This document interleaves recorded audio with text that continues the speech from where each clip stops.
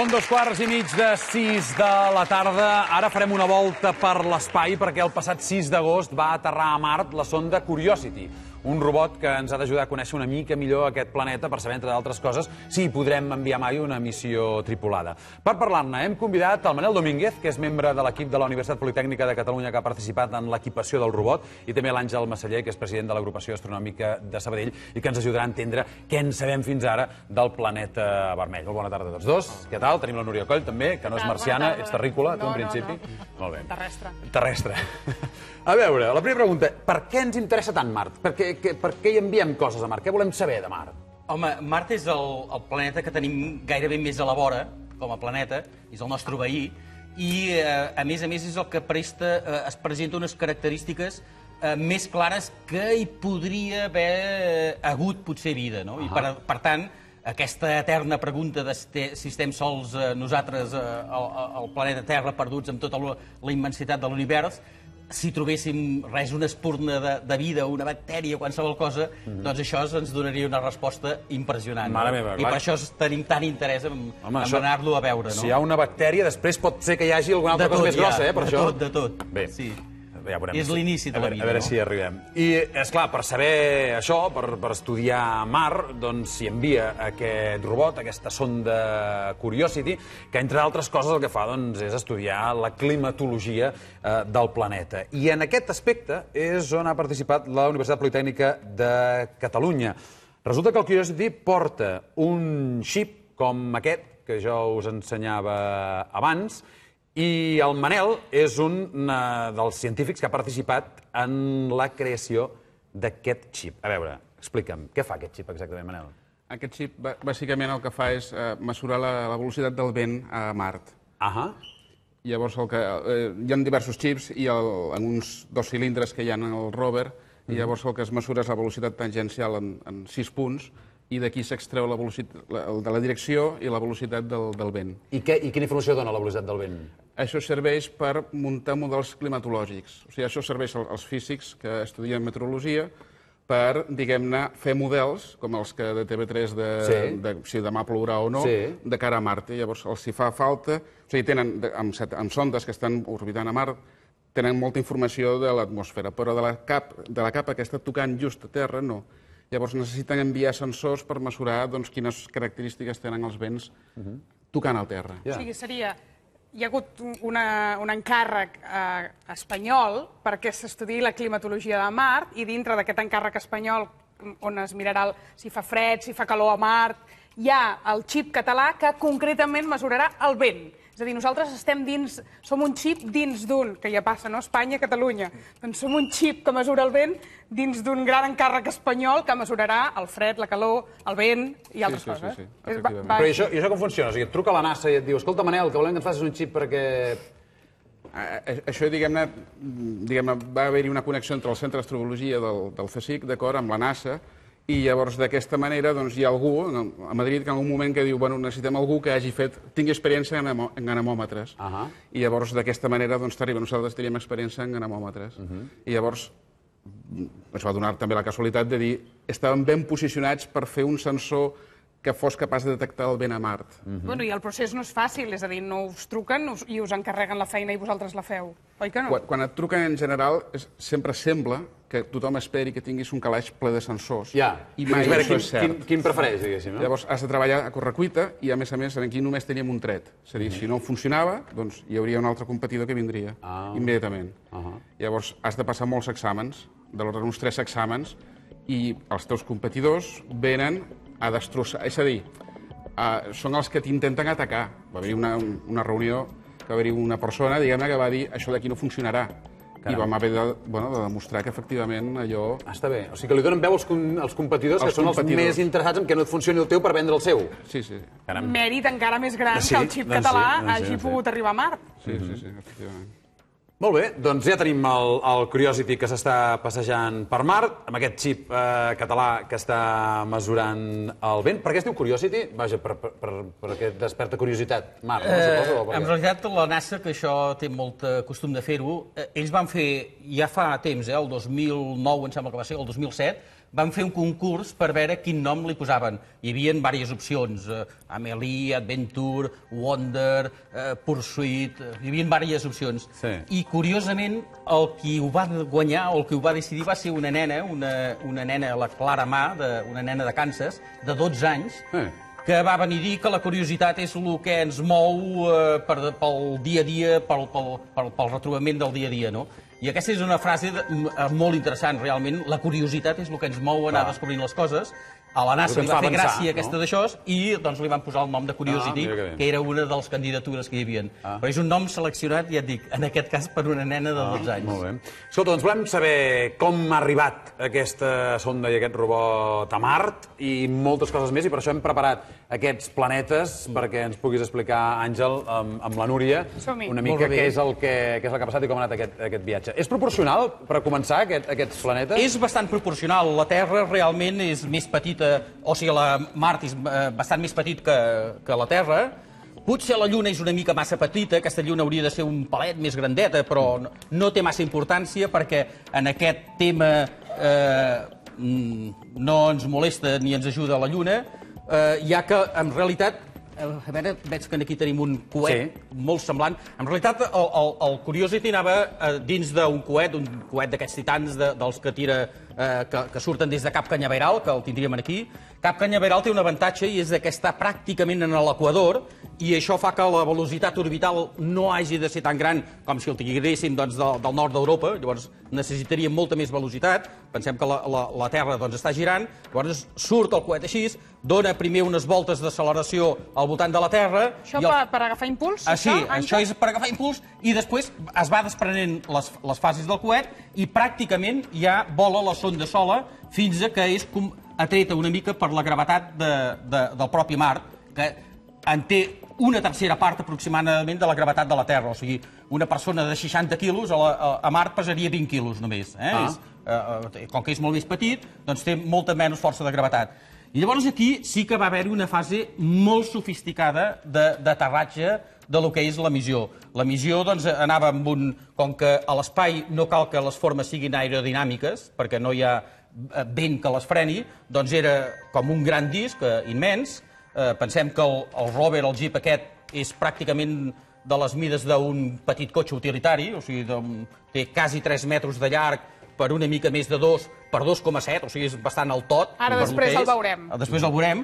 I això anava dintre d'un envàs, d'un protector per davant i un protector per darrere, i tot això va anar caient cap a la superfície de Mart, i aquí es parla d'allò dels 7 minuts que s'ha dit de por... Mira, ara estem veient les imatges, és això, no? Exactament, aquesta és l'arribada.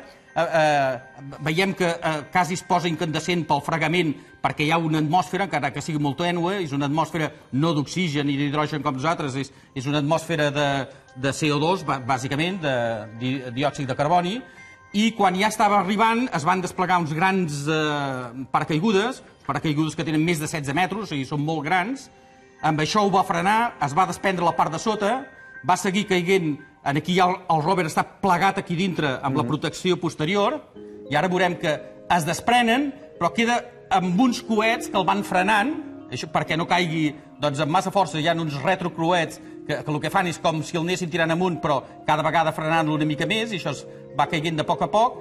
I ara veurem encara una cosa més sofisticada, i és que quan arriba a certa alçada es despenja com si sigués amb uns cables, com si es despengés una grua, va buscant el lloc d'aterratge, pensa que hi ha hagut una fase que ha baixat en paracaigudes, vol dir que és molt difícil encepegar-ho, però realment ho van encepegant, està caient, ara està quasi arribant a la part ja de la superfície de Mart.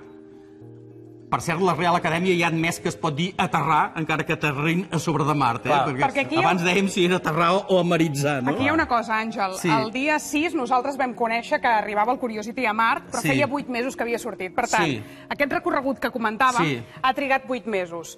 Si ha trigat 8 mesos, quan s'envia la senyal per fer l'aterratge, clar, està tan lluny que hi ha el que nosaltres en diem delay, que és el retard. Exactament. Per tant, quan veiem que a terra és complicat i dius els 7 minuts de l'aterratge del terror, perquè amb aquest retard, quants minuts des que tu envies la senyal a terra triguen fins a arribar aquí perquè el robot aterri? Aquí encara era més difícil, perquè en aquest moment que són això d'aquests 7 minuts que diem del suspens o de la por, i és del que després la NASA es veu que exploten d'alegria quan veuen que han tingut èxit, ni tan sols es poden enviar senyals, primera perquè no arribarien a temps, i segona perquè allò és un pack que vam d'una manera tan d'això que no arribaria a agafar ni tan sols la senyal.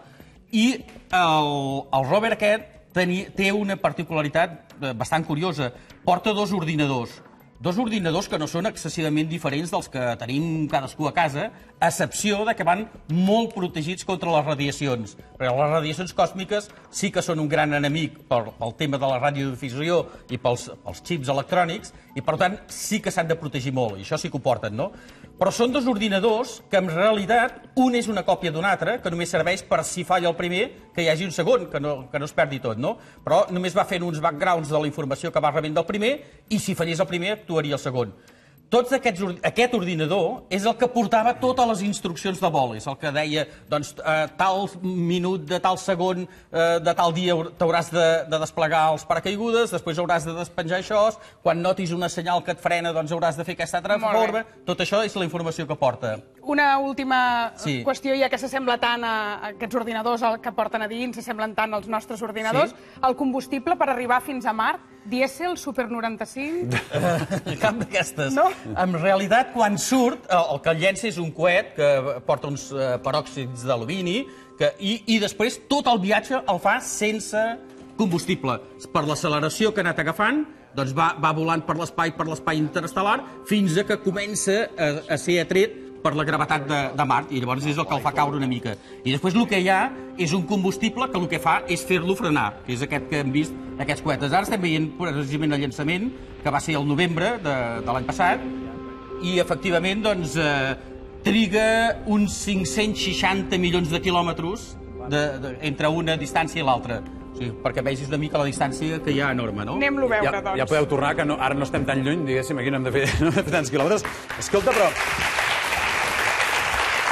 Perquè un any a la Terra dura 365 dies, que són els dies que triga la Terra a donar la volta al Sol. Sí. A Mart, quan dura? A Mart triga bastant més, perquè com que Mart és l'últim dels 4 planetes terraquis, tenim Mercuri, tenim Venus, tenim la Terra i tenim Mart, a mesura que van sent més en fora, triga més en donar una volta. I triga quasi 1,8 anys de la Terra. Gairebé dos. Sí, gairebé dos dels nostres, 687 dies, no? Llavors, tota aquesta missió està prevista que pugui durar aproximadament un parell d'anys marcians, i per això és el que té el combustible, això que em preguntaves. El rover, lògicament, aquest sí que necessita un combustible. Quin combustible porta? Ja sabeu que moltes vegades es fan servir plaques solars per fer electricitat en plaques solars. Però a Mart tenim un problema, i és que les nits són molt fredes, com que està ja molt allunyat i no hi ha una atmosfera que el protegeixi, les temperatures poden baixar tranquil·lament a menys 120 graus o menys 130 graus. Això faria que els circuits electrònics dels aparells es fessin malbé i, per tant, ha de tenir un sistema de calefacció. I una calefacció, si hagués d'anar només amb plaques solars, gastaria moltíssim, i el que fa és que porta una petita pila de plutoni, o sigui, un petit reactor termonuclear, que amb l'energia que crea fa anar tots els dispositius, i amb la que li sobra porta com una xarxa de tubs per dintre que el climatitza i el manté sempre amb una temperatura constant. És increïble, això. És fantàstic. Ciència-ficció total. És ciència-ficció, però feta realitat. Feta realitat. És clar, també una cosa molt curiosa és que on aterra aquest robot és el lloc on volien aterrar? Sí. Per què? Perquè aquell terreny els interessa més que una altra banda? Sí, es havien seleccionat... Mira, aquest és el punt on va caure això, aquesta marca que hi ha, és on va anar a parar la sonda aquesta. Que, per cert, quan vèiem abans que aterrava, quan el rover comença, les rodes toquen a terra, també porta un dispositiu que es desprenen els cables, ara ho veurem, potser, i els reactors aquests tornen a sortir cap en l'aire, si ara ho veurem, per evitar que els paracaigudes que portava o les proteccions no l'arribessin a tapar, que llavors sí que hauria sigut un fallo. Fixa't que aquí va trobant exactament el lloc on vol anar a aterrar, i i el va buscar, perquè amb l'ajuda d'aquests coets que el van dirigint i amb les informacions que tenen en aquests ordinadors, i va anar a parar pràcticament a 200 metres del punt que s'havia definit. O sigui, pràcticament és un encert. Podem veure les rodes amb una fotografia que tenim més de la vora i podem veure les marques que van deixant aquestes rodes perquè ells tinguin el rastre en tot moment del lloc per on estan passant i això també els doni informació de cara en realitat, la manera de saber per on va és, aquí tenim aquest detall de les rodes, porta 6 rodes, són unes rodes d'uns 50 centímetres, una cosa així, aproximadament, unes rodes d'acer, i porten gravats uns senyals, un relleu, que també una altra cosa d'aquestes de la NASA que li agrada molt fer aquestes coses, lògicament podria fer unes ratlles i uns punts, ja està. Però va dir, ostres, ratlles i punts, això em recorda el còdic Morse. Saps què? Com que això ho desenvolupa, o l'estació de seguiment és el Jet Propulsion Laboratory, el JPL, doncs farem que si poséssim en còdic Morse JPL, ens donaria unes ratlles i uns punts, i les rodes estan gravades d'aquesta manera. O sigui que cada vegada que la roda va girant, va deixant sobre la superfície de Mart un senyal que si algú s'entretingués en llegir-lo en Morse, aniria llegint JPL, JPL, JPL. Per si s'ha entrebancat o per si li ha passat alguna cosa. No, això també és per saber quan avança cada dia, suposo. Això té una missió molt important i és que té unes càmeres que van enfocant precisament les empremtes que va deixant, el relleu que va deixant al terra. Llavors, sapiguent que ha d'anar deixant aquest relleu, si el va deixant constant, pot saber la distància, pot saber les direccions. Si, per exemple, si fa deixa més senyal cap en terra, vol dir que el terra és més tou. Si és una zona rocosa, doncs pràcticament passarà sense gairebé deixar senyal. Si patina, doncs fa una senyal diferent. O sigui, tota aquesta informació es pot traient, anar veient les empremtes que va deixant les rodes. I si es punxa una roda? No es punxa perquè són d'acer. No es punxen perquè són d'acer. Tranquil·la, que no es punxaran les rodes. Si no, el RAC no hi arribarà. Sí, una cosa curiosa que té, si em preguntes alguna cosa de rodes, és que en té 6 de rodes. Les dues del mig van fixes, només giren, però sempre van en la mateixa direcció. Les de davant i les de darrere poden girar, però indistintament. És a dir, les de davant poden girar a l'esquerra i les altres també a l'esquerra per girar més bé, o unes a la dreta i les altres a l'esquerra per fer un gir sobre si mateix. O sigui, si anés avançant i de cop es trobés una roca molt grossa i no la pogués passar, giraria sobre si mateix, aniria enrere i donaria la volta pel costat. I escolta, de moment ens estan enviant moltes fotografies i moltes dades a través del microchip com el que heu fet vosaltres. I què, ens està dient alguna cosa nova? De moment està fent el següent. Saps això que et deia d'aquest ordinador que portava tota aquesta informació del pla de vol? Doncs ara necessita molta més informació per saber què és el que ha de fer. Com que no li cabia tot en l'ordinador, fixa't allò que et deia, perquè esclar, no pots enviar allà un ordinador enorme perquè és una cosa, en el fons, limitada. Doncs quan va aterrar sobre Mart, al cap de 2 segons, que ell va calcular que ja havia aterrat bé, va borrar tot el software de vol i ell mateix es va carregar tot el software de funcionament. Perquè, a més, si s'espatlla, allà es queda i no l'has de fer tornar com si li envies un astronauta. En realitat, amb això va dictar la seva sentència de mort, perquè va dir que no podria tornar a volar enrere, que tampoc podria volar, però va treure tota la informació que tenia per volar. Per tant, ara només pot anar per terra i va recollint tota aquesta informació i ara aquests primers dies el que està fent és reconeixent el terreny, veient que totes les càmeres funcionin. Porta una cosa molt curiosa, em porta 17 de càmeres per diferents estudis, diferents coses, però fixa't que n'hi ha alguna que no sé si aquí tindrem alguna imatge, que amb una part de fora del rover, del Curiosity, hi ha enganxat un penic amb l'esfinge del Lincoln, un penic autèntic, i amb això de tant en quant l'enfoca i ell mateix es corregeix el color, les distàncies, les formes, per veure que tot estigui, funcioni tot perfecte. Vull dir, és per fer-se un auto-checking, no? Doncs, Àngel, com que segur que se'n trauran conclusions de tota aquesta feina que està fent, doncs les comentarem, a veure si finalment, efectivament, troba alguna cosa que ens indiqui que podria haver-hi vida, que això seria una notícia extraordinària. Aquesta seria la millor notícia que podries donar mai, em sembla, en la teva vida professional. Sí, senyor, seria fantàstic, eh? I si ha participat un xip català, tot això, doncs què més vols? Manel, felicitats i, en fi, que pugueu tornar a col·laborar. Suposo que està la porta oberta, no?, si ha funcionat aquesta vegada. Ara, de fet, estem treballant en una segona versió. Ara ens hem passat als russos. Ah, sí? Sí, sí. Ara esteu treballant pels russos? Bueno, sí, o sigui... Molt bé. Bueno, no hi ha problema, no? No s'enfadaran els americans, eh? No, avui dia No s'enfaden ja, eh? Molt bé. La classe científica no té fronteres, Perfecte. Molt bé. És del planeta Terra. Moltes gràcies a tots dos. I aquest aplaudiment, sisplau, per totes aquestes explicacions sobre aquest tema tan apassionant que és descobrir el planeta Mart. Ara mireu el que està preparant l'Espartac a Tona, perquè de seguida farem màgia. Aquest noi que veieu entre la doctora Folk i l'Espartac és el nostre mag, que es diu Mag Pota, i farà uns trucs que ja veureu que us deixaran al·lucinats. No us adonareu i tornarem a ser aquí.